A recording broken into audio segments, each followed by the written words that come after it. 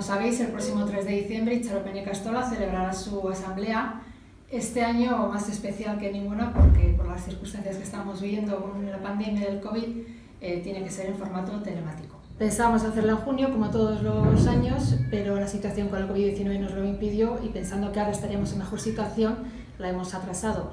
No ha sido así y por ese motivo tendrá que hacerse de forma telemática.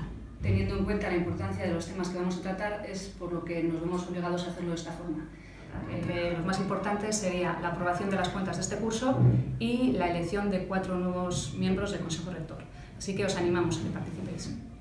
Sabemos que es complicado, pero no es imposible, así que os animamos a que participéis y a que sigamos construyendo en beneficio de Ikastola a todos juntos.